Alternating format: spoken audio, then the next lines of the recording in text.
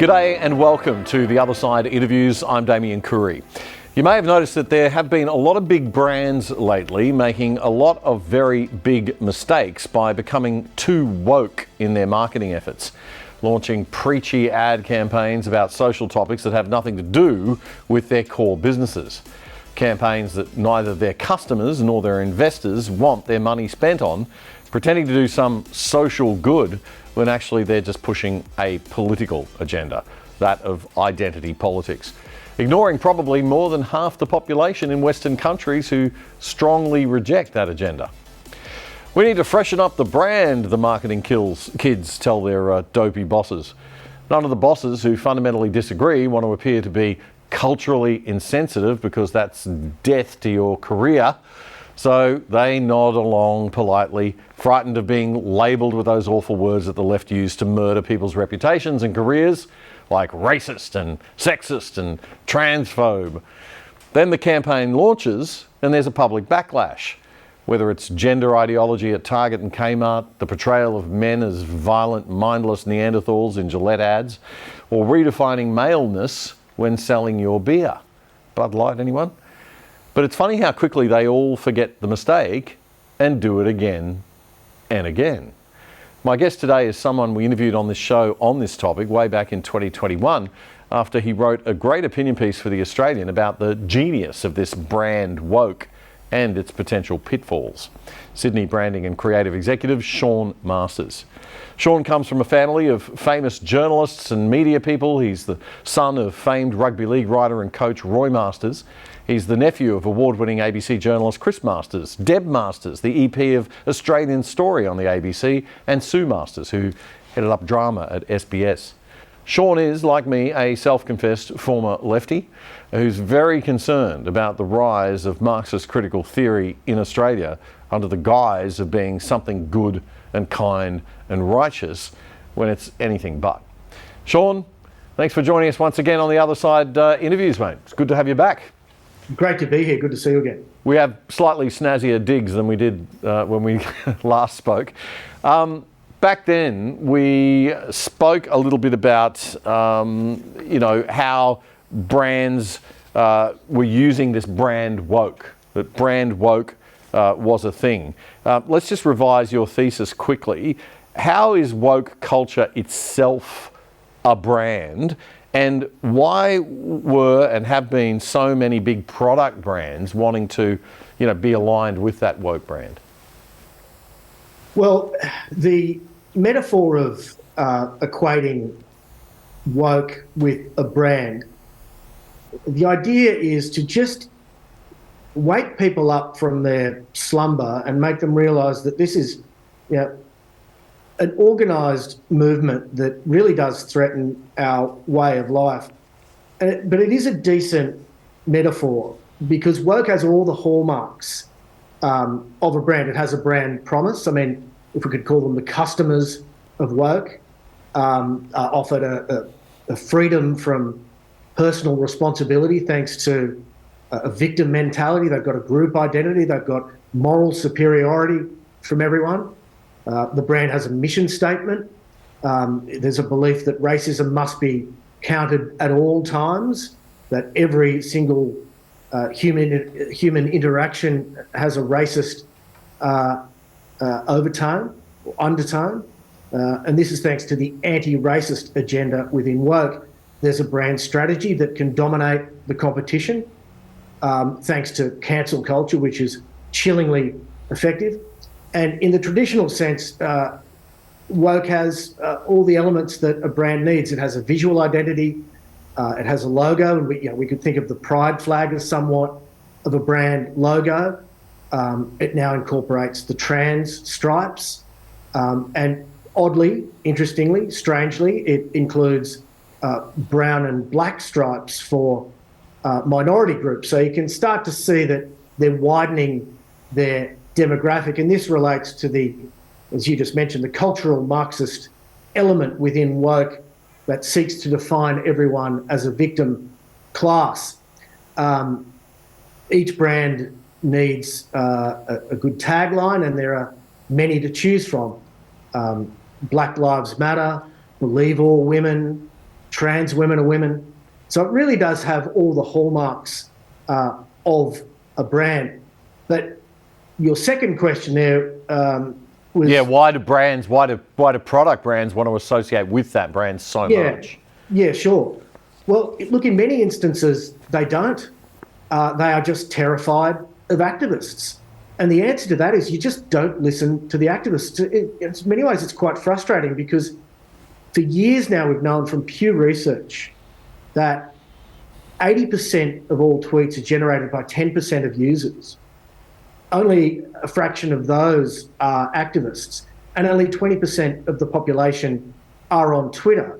So in real terms, it is genuinely a fraction of the population that are activists. So what we need to do is the same thing we do to a room full of screaming toddler bullies, and that's simply ignore them. There's three elements to this. One, some brands align themselves with woke because they're scared. Some cynical brands see this as an opportunity to virtue signal. They don't believe in the nonsense, but they see it as an opportunity to look good. But then there are marketing teams that genuinely believe in the woke agenda and have swallowed it whole. When you think about it, that makes sense. Elite marketing teams are generally based in big liberal cities, which themselves are intellectual bubbles. And many people work from home. They live in echo chambers. They live lives online where they have, confirmation-biased social media feeds spitting back existing belief systems. When you're sort of living a lonely, atomised life like that, why not look for meaning? Why not be on the right side of history? Why not look to try and raise up the most marginalised groups? And in the case of trans, which I believe we're going to discuss, we are saturated with pro-trans, a pro-trans agenda. We're encouraged to share our pronouns on LinkedIn. Anyone who identifies as a woman is immediately that. We're constantly told that trans people are facing genocide and trans kids' lives are in danger. So if you live a sort of blinkered existence, you have every sort of right to think that everyone believes the same as you and you're doing the right thing. I guess the idea that you can associate yourself with something positive, it works if the whole audience is in agreement, or a significant proportion of the community. It reflects general community feeling, right? It doesn't work when you've got this incredibly 50-50 divided populace. And it does seem these days that there's a whole lot of people in the middle who don't care, but then on the extremes you've got a pretty even divide between the sort of active right and the active left on these matters. And if you are a marketer or an advertising person and you do these sorts of campaigns, I mean, they should know that they're going to be annoying half the market at least, right? Look, the latest research indicates that between 10 to 13% of the population is sympathetic to values that could broadly be defined as woke. These aren't hardcore activists, but they do align themselves with woke values.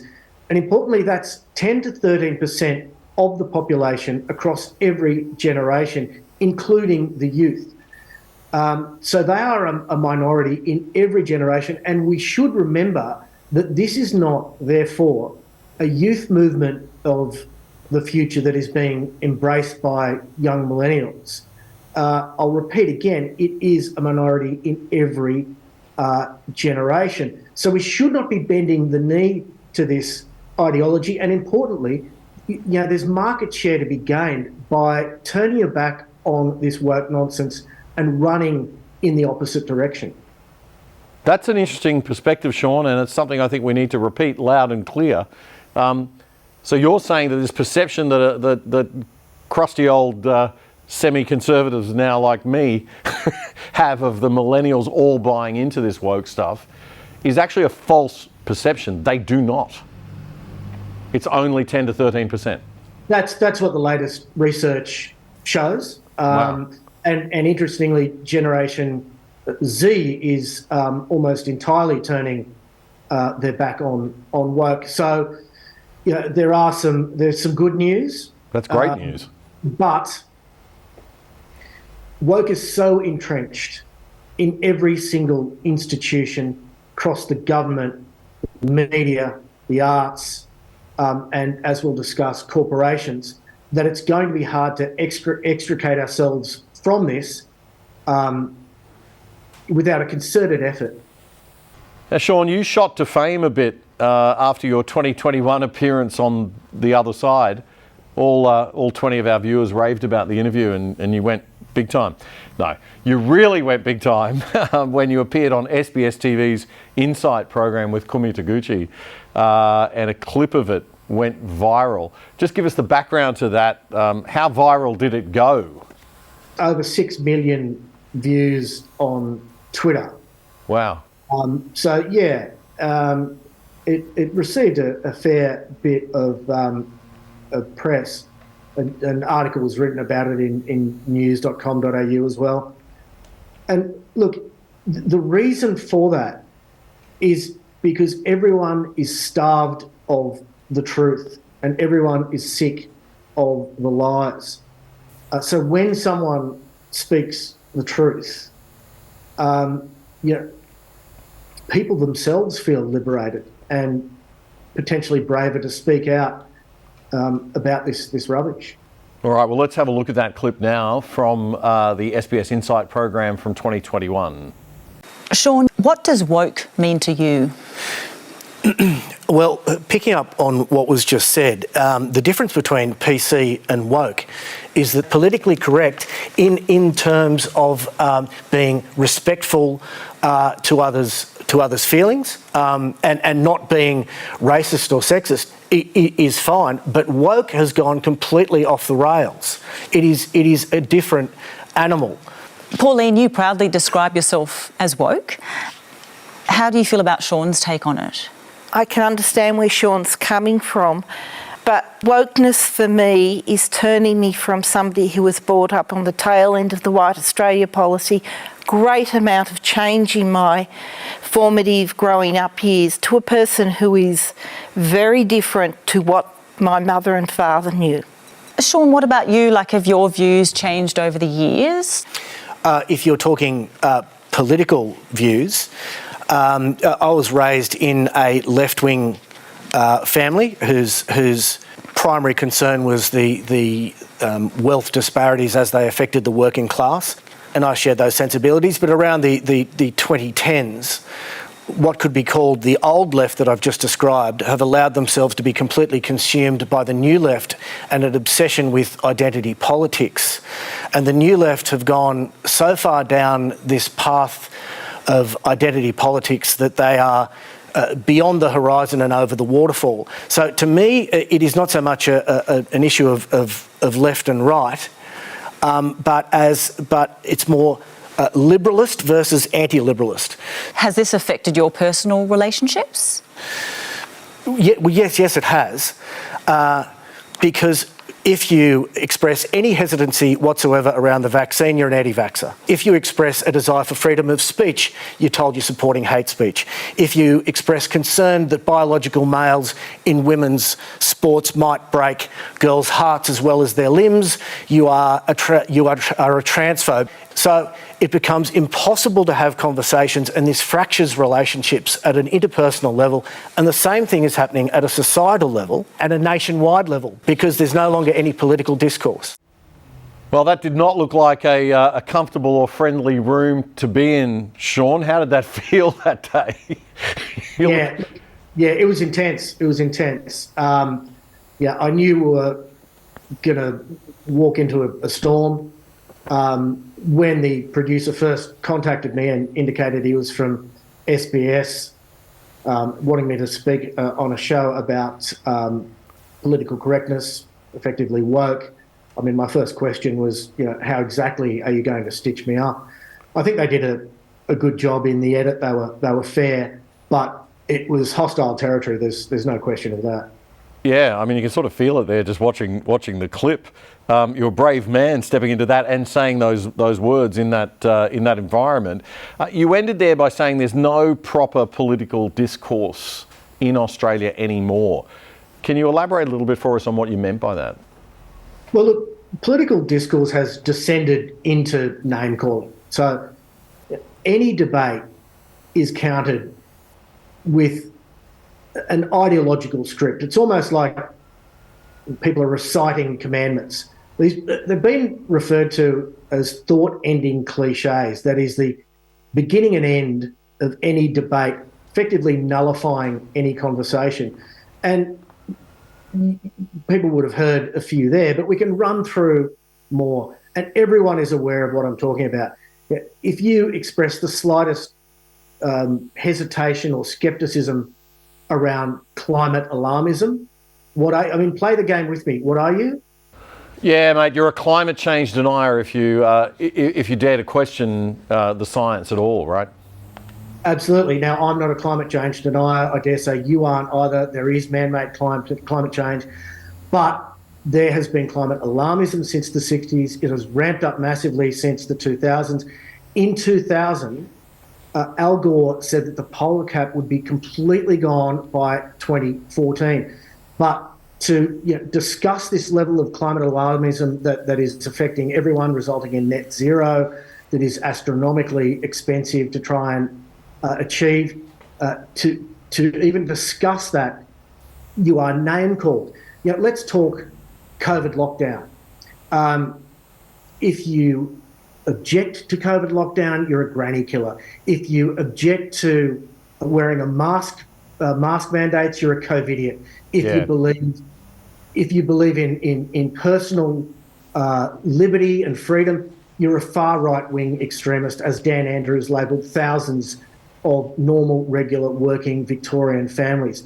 If you say there's no evidence for systemic racism, of which there is not, you are a white supremacist. If you don't support The Voice, you're a racist. And it goes on and on and on. And if you have a woke family member or friend, you recognise the strain that puts on relationships because of the unwillingness to debate. And with the unwillingness to debate becomes the end of conversation. And ultimately, that's the end of political discourse. And with that comes the end of democracy. And we're already seeing this in America, where there's entirely blue states and entirely red states. So this fracturing that is happening amongst families and friends is happening to societies, and in fact the entire Western world, and it's deeply concerning. Well, this labelling and branding thing that the left tend to do, I can't say that the right are not guilty of it, but I would suggest that a lot of it's coming in reaction or in defence. That we'll call them lefties, or we'll call them. Well, we don't have as good names, do we? We're not very good at it. Well, and you've revealed the reality here. Yeah, the right do not play these word games. The left are incredibly skilled at it, and they're using it to great effect, because it whips people and puts them back in their box. This name calling, these thought-ending cliches that are the beginning, the middle, and end of any debate. I mean, even to have a debate is now referred to as debate fetishism. You are fetishizing debate. So this is the end of the Socratic method of debate if the left have their way. And you may say that the right do the same thing, but not to the same extent. Well, what's really scary to me, and I didn't buy into it initially, I thought it was a bit of a conspiracy theory, but I now firmly believe that the social media landscape is very much arbitrated and semi-regulated by a kind of woke police, and that conservative views are actually suppressed. And if you don't have the right sort of think, then you will get throttled by the algorithms. Do you have any evidence from a branding and marketing side that that's actually going on? Well, I'm certainly aware of the fact that it's happened to... In Australia, I mean.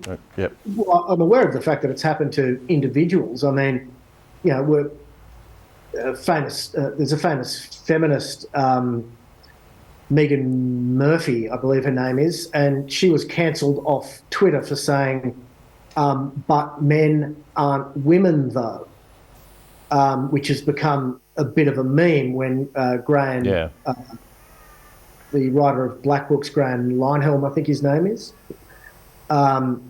he was kicked off Twitter for misgendering people, and when he was finally allowed back on Twitter because, thanks to Elon Musk and his dedication to freedom of speech, which he's been enormously chastised for, Graham Lineham's first tweet was, "Men aren't women though."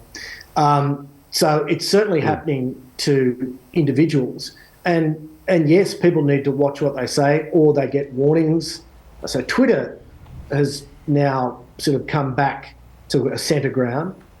But anything on Google, so that would be obviously YouTube and Instagram, you need to be very careful about what you say, or your entire account will be cancelled. Yeah, oh, don't we know it? So, yeah, I mean, you've got to be very, very, very careful.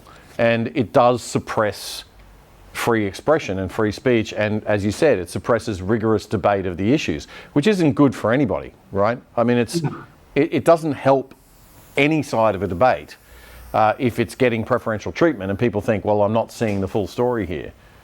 You know, it actually backfires. I don't think anybody in China, well, I know from experience that, you know, people in China don't look at the news and say, well, that's the news. They look at the news and say, well, that's the government.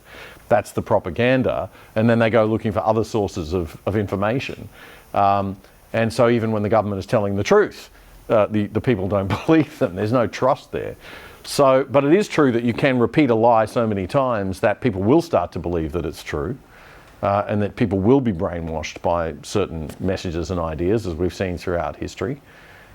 So this is a serious problem that we really do need to, in the West, I guess, call on our old sane lefty friends to kind of fight against as much as the centre-right are fighting against it. Yeah, I mean, I think this is a failing. The state we are in right now is a failing of the centre-left to rein in the activists and allow the discourse to become completely untethered from reality, and without alternate sources of alternate narratives.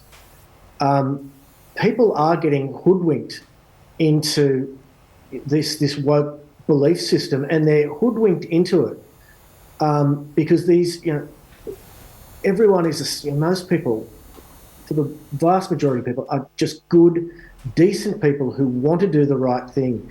And to go back to the wordplay, the woke use terms like social justice.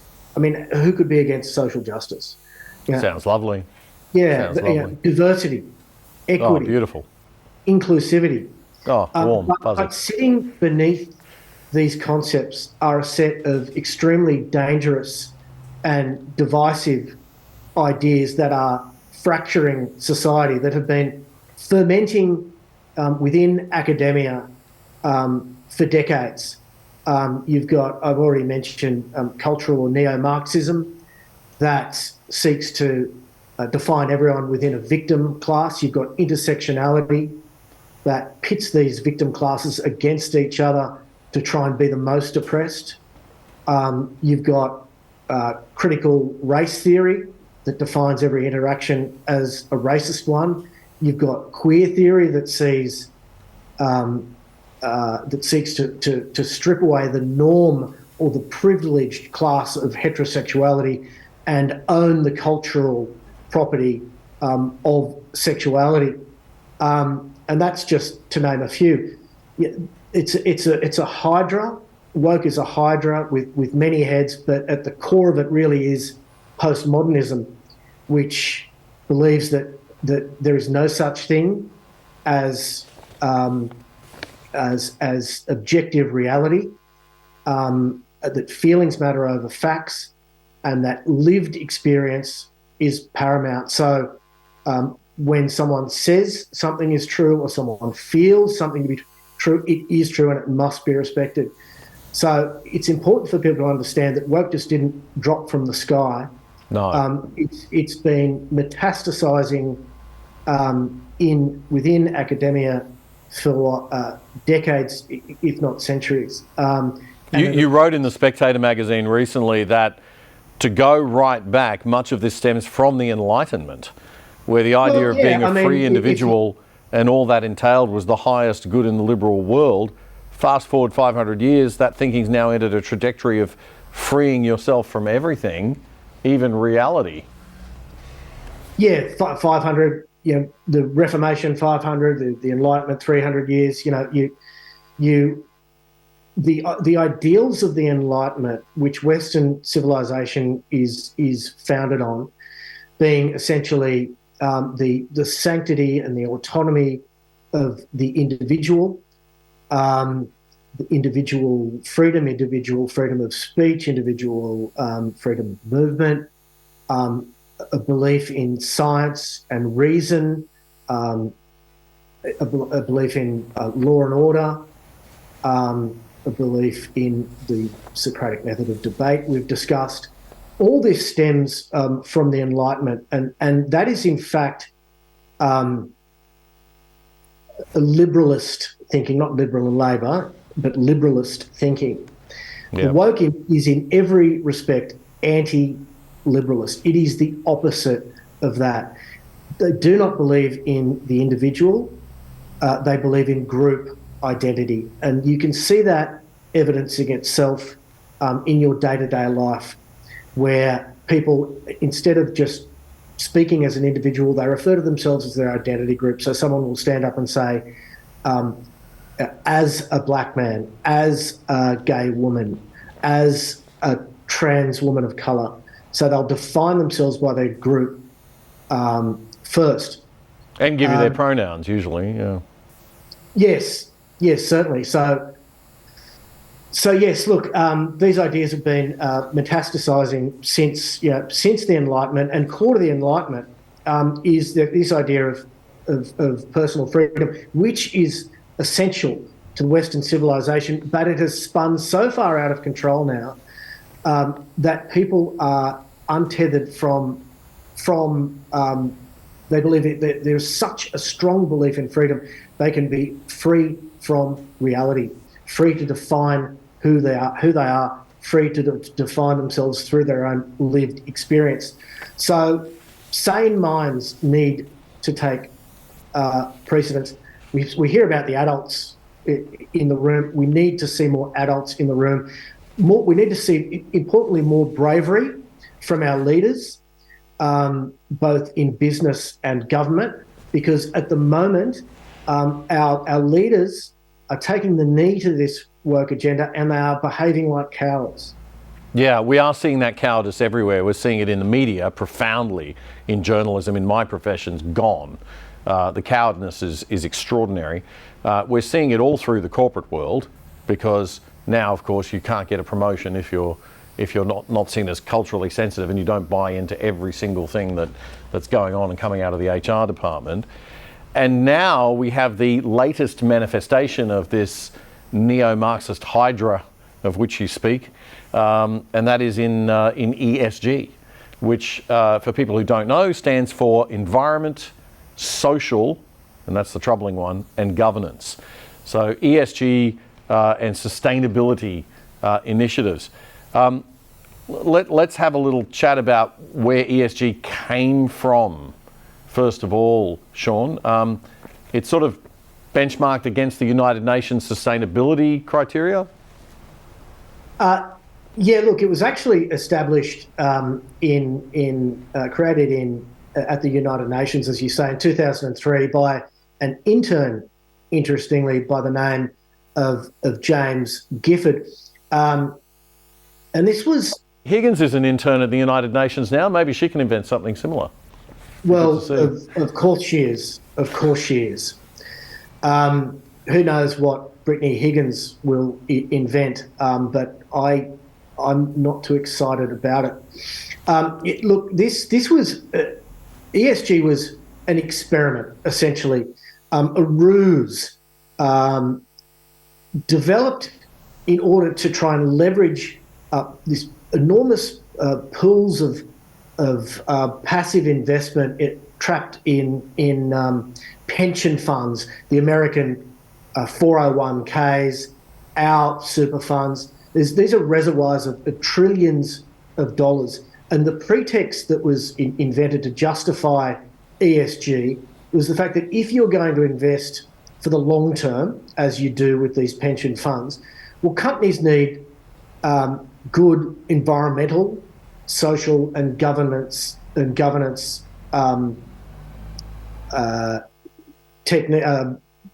responsibilities. Approaches. Yeah.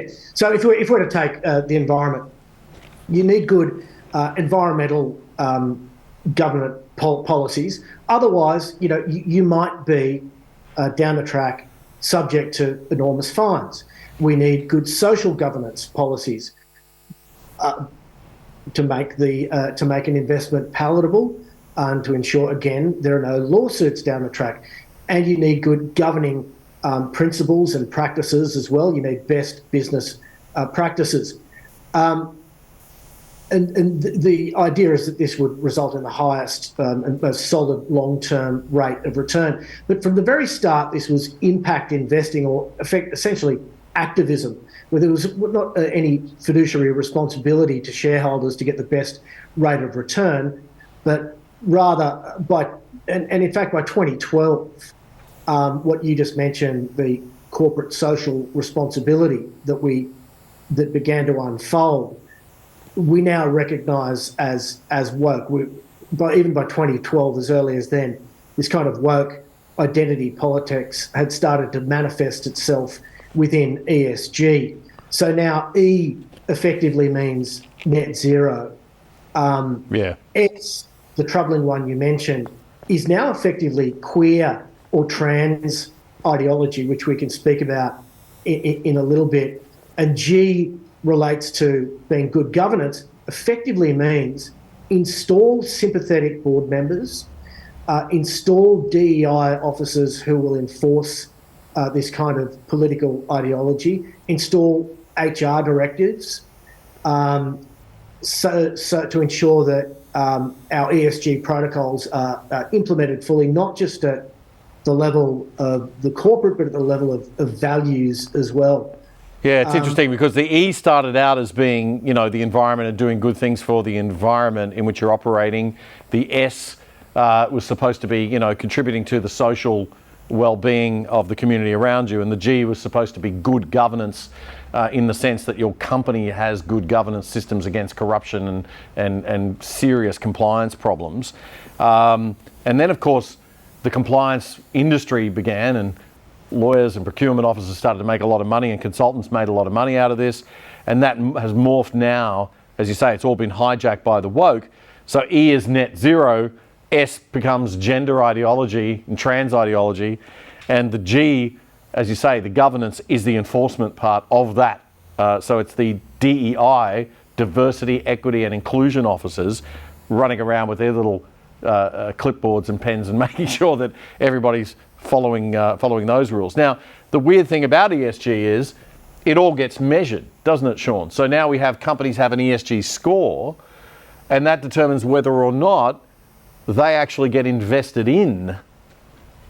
Yes. Right? So I'll answer that in two parts. It's important to understand before we unpack the measurement, we need to, as you just alluded to, understand why that measurement is so crucial. ESG has become so hugely influential because gigantic financial institutions like banks and governments have adopted this. But most importantly, these enormous index fund managers like BlackRock, Vanguard, State Street, Goldman Sachs have adopted this. These fund managers control around $40 trillion of investments. They quite often have the largest share of every one of the Fortune 500 companies. So they have enormous clout. And what people need to understand is that powerful activists within these fund managers have adopted ESG, as you say, as a way to push this diversity, equity, and inclusivity agenda. But moving on to the rating system of ESG and the measurement of it. Now, quite often these banks and investment funds have their own rating system, but typically it's outsourced to different groups, quite often charities. And the best example of this is the Human Rights Campaign, which was established in 2002, initially as a gay rights campaign. It has now been totally co-opted and has a hardline queer agenda. It is almost entirely pro-trans. And the main product of the Human Rights Campaign, I call it product, and it effectively is this thing called the Corporate Equality Index, the CEI.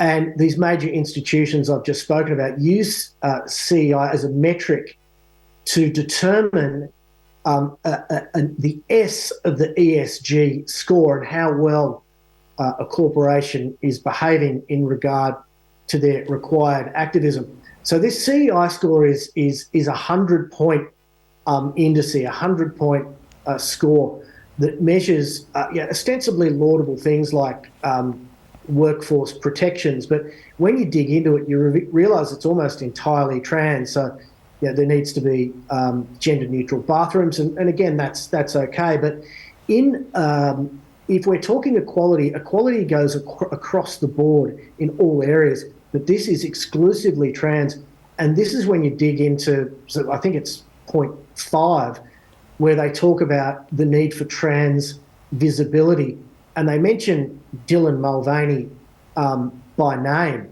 Wow. Yeah. And the HRC, you mentioned there's DI officers that float around. The HRC, the Human Rights Campaign, actually sends representatives to workplaces to ensure that they are following these guidelines and to tell them exactly what they need to do to ensure that there is enough.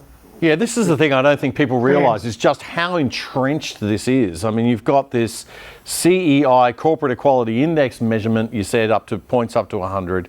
That measures the diversity, equity and inclusion and pushes that agenda, which is the social, the S part in ESG. There's all these 3-letter acronyms, of course. But it is such an incredibly well-organised, down-to-the-point measurement system, and you simply don't get the investment dollars, you don't get the money if you don't play the game. And, of course, this is investors' and customers' money being used in a way that investors and customers don't necessarily know about or intend their money to be used. And that, in my view, is a deceptive governance question of its own, right? Well, exactly. And look, I can talk about just how intensely the ESG and thanks to ESG, these investment funds have their hands on the levers of capitalism and the market. But to just round off that point, literally representatives go to places of work, and if they don't, and they put pressure on corporations, and if corporations don't have enough trans visibility or do what's required, activists are mobilised, pressure's put on boards. And look, there's another insidious thing that if any company that does business with another company that's deemed to be anti-LGBT, that business is punished as well. So this kind of explains where this, why these woke marketing campaigns are happening that we don't really, from a PR or marketing perspective, it seems like a crazy thing to do, but it sort of explains why you would have Dylan Mulvaney, right? The famous trans spokesperson selling Bud Light.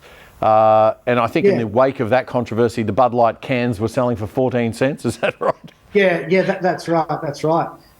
It is very much that carrot stick approach where you get CEI points if you behave yourself, if you comply, but you're whacked with the ESG stick, and points are taken away if you don't. So it's very much a social credit system for companies, and companies care so much because the responsibility of a company is to ensure long-term revenue, and in order to do that, they need these huge capital outlays, which requires financing. And your ESG score determines access to a line of credit, and it can be pulled if you don't have a deemed adequate ESG score. This can lead to a liquidity crisis, can lead to insolvency. So, the ESG rating systems can have you kicked out of a fund. And if you're kicked out of a fund, that means your share price is knocked down massively. So this is why brands and companies are paying so much attention to it. So what's your advice then to somebody who's in one of these companies and say, what do? Do you say, they come to you with an idea and they say, Sean, we have to do this campaign and we want, we want a diversity of people of colour in the ad campaign. We want an LGBT, particularly T message pushed very hard. What do you say to them? Well, that is not. I would say to companies, as I said at the start, that this nonsense doesn't fly with the vast majority of your demographic, and I would turn in the other direction and run. But the problem is that a lot of these conversations are happening at a level above a marketing team. You've got these enormous companies that have proxy management at the level of the board. Because they own so much of the company that they have voting rights, right? And so they'll influence. Exactly. Yeah, they control. I think they call it stewardship. Yeah, they control boards by proxy. They ensure placement on boards. They have enormous sway in shareholder votes. They determine executive rewards and bonuses. Even interest rates. In 2017, there was such a thing as a sustainability-linked loan. If your E-score isn't what it should be, they can strip away your ability to apply for that. So there are all these mechanisms to manipulate, and it's concentrated in the hands of a very small number of people who are largely unaccountable, which is why, as you mentioned, in the wake of the Dylan Mulvaney Bud Light backlash, when Bud Light cans sold for 14 cents and there was a class action against Bud Light for all the people who suffered, how did Anheuser-Busch, who is the parent company, respond? Well, they doubled down. They supported. They offered $200,000 to support an LGBT Pride March. And why did they do this? Well, because the Human Rights Campaign stripped them away of their 100-point CEI score because they didn't stand sufficiently with Dylan Mulvaney. Wow, I didn't know that. They did come out with an ad campaign afterwards. Yeah, it was kind of this hyper-masculine thing, right? Yeah, they came out with a guy in a cowboy hat, which isn't sufficient. If I could just deviate for a second. What do you do when you're in this kind of a pickle? Well, the answer is to realistically is to not go there in the first place. But if you do, how do you extricate yourself in terms of a campaign? Well, people respond very well to humour, and people respond well to honesty. So I would instead of having a guy in a cowboy hat, I would come up with a campaign that openly mocked the foolish previous campaign and the individuals responsible. So I think the head of marketing was a VP called, or the person responsible for the Dylan Mulvaney campaign was a woman called. We saw her bragging about it, actually. Anna Heinerschneid, I think. Yep. So yeah, and this is Jack Kerouac, first idea, best idea, but why not have her? And I'm somewhat tongue in cheek when I mention this, but this gives you an idea of just how much of an about face you need to do to win back your loyal customer base that you've just slapped in the face. What if you had a campaign where Anna Heinerschneid said, look, as the VP of Bud Light, I stand behind Dylan Mulvaney, and I believe in the trans movement, and that a man can become a woman and a woman can become a man. And to that effect, I have now decided to become a man, and I will be a part of the local NFL team. And then you have Anna Heinerschneid getting absolutely pummeled in a scrimmage, pronounced dead.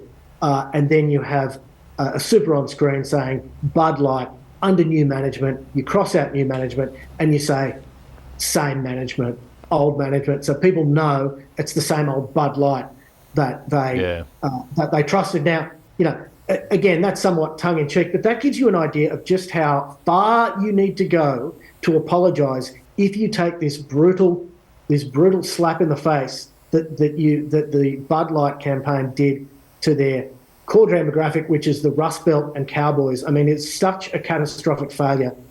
It's hard to believe. The creative has to be massive. It has to be radical. It has to be extreme. It has to be strong.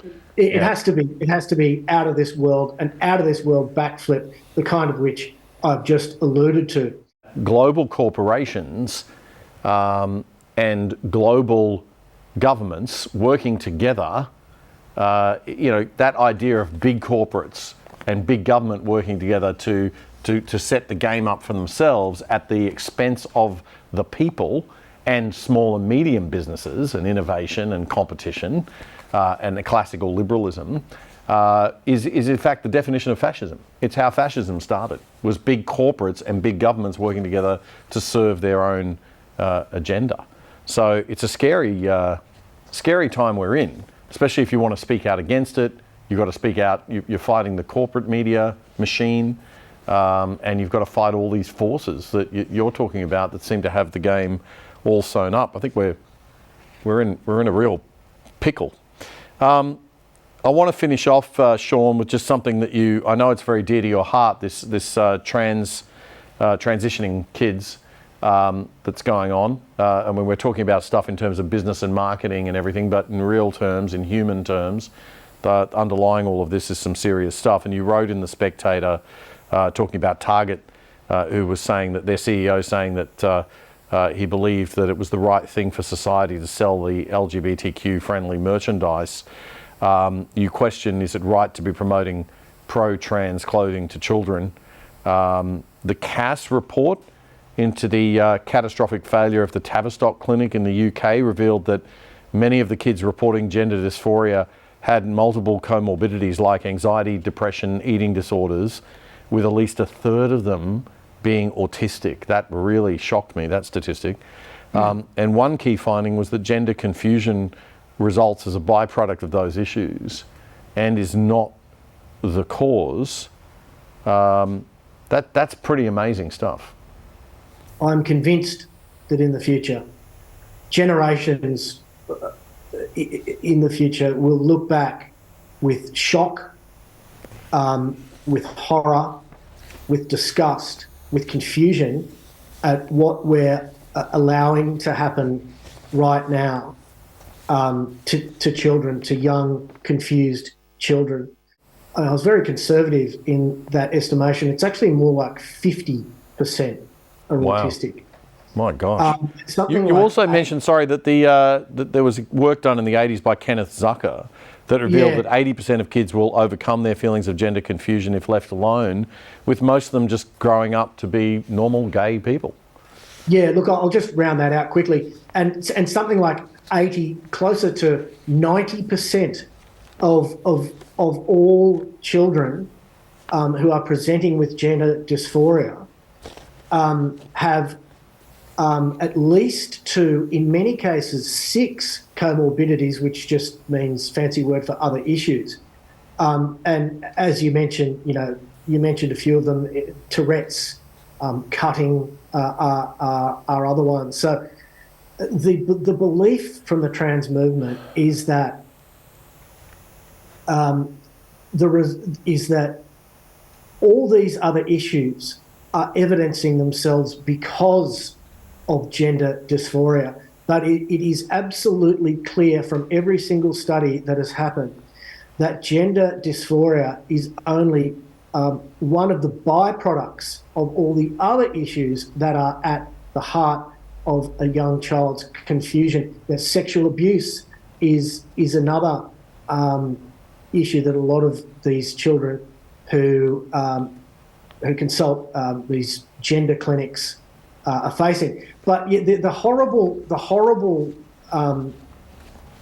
fact is that we already know that if left alone in what's called desistance or watchful waiting, that 80, in fact, the biggest study that was done by Kenneth Zucker was 88% of these young kids, if left alone, will just turn out to be normal, healthy, gay kids and grow up to be normal, healthy, gay adults. So, 40 years ago, research confirmed that puberty is the resolution to gender dysphoria, not the cause.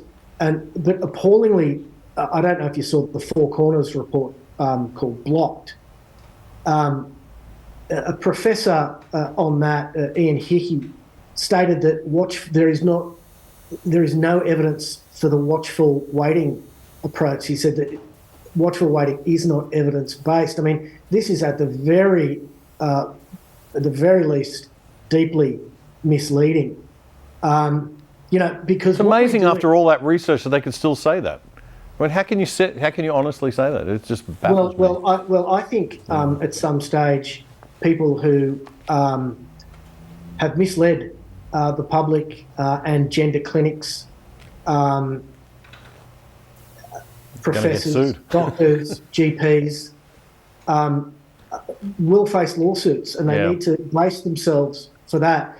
But I quite often think of Alan Turing, the guy who invented the computer, the star of the imitation game, the man who almost single-handedly won World War II thanks to his cracking of the Enigma code. Yeah, I think a lot of the good, kind-hearted people that look at what happened to Alan Turing, the horrific way he was treated, being his homosexuality. He was given the option of medical castration or suicide or incarceration. He chose medical castration and then was suicided, tragically. And people look at this story and go, well, let's not let this happen to trans kids. Let's not do the same mistake. Let's adopt this gender-affirming care. But what we're really doing is, ironically, the same thing that we did to Alan Turing. We are medically castrating young gay kids under the banner of compassion. Yep. All right, mate. Thanks very much for your time, Sean. It was great to talk to you. And great to get your insights on all of this and sort of opening our eyes and explaining the business that's behind woke. It really is tremendously interesting and important stuff. We are up against it, folks, and we need your support. You've got to get behind the independent media like this show and really help us promote and grow to fight what is an enormous force out there on every side. Sean Masters, thank you very, very much for joining us. Don't forget, folks, to watch our show on our independent ADH platform. It is totally free, and you don't even have to sign in if you don't want to. It's a lot easier than you think. There's nothing to download if you don't want to. You simply go to any web browser, just type in adh.tv, and bingo, you're there for free. You'll see the tiles up there on the screen for all the great ADH shows, just like Netflix or Stan type interface. And all you've got to do is click on the other side, or the other side interviews, for all of our shows. All of our past episodes are there on demand for you to watch anytime you like for free. The two different programs have their own tiles, and new episodes are out every week. Of course, new episodes of our news show, The Other Side Australia, stream Friday nights at 8, and The Other Side interviews first stream Tuesday nights at 6. Now, if you want to get really snazzy, you can download the ADH TV app from Google Play or the Apple App Store on your phone or smart device. Or even better, you can download the app on your smart TV and put it on your home page on your TV once and for all, and you'll always have it at the press of a button. Simple. It works on all TVs except Samsung, which we hope to get onto soon, but all good quality smart TVs have access to ADH. And did I mention that it is totally free? Just a couple of ads to watch to help us pay the bills. Thanks very much for supporting the alternative media, and we'll see you next time.